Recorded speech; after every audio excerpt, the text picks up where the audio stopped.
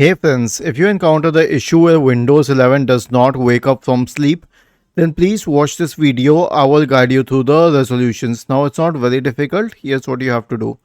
First of all, the main answer has been suggested on the Microsoft Answers forum. So here's what it says. Search for energy recommendations in the Windows search bar. Click on lower your carbon footprint by applying these recommendations.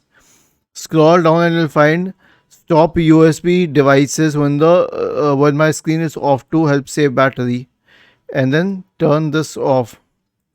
Okay, just turn all of these three off.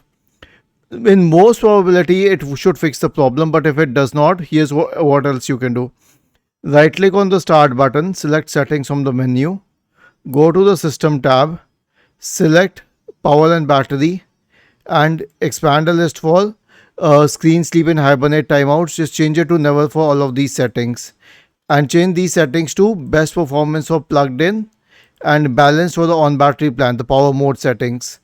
Then you can search for device manager in the Windows search bar and open the device manager.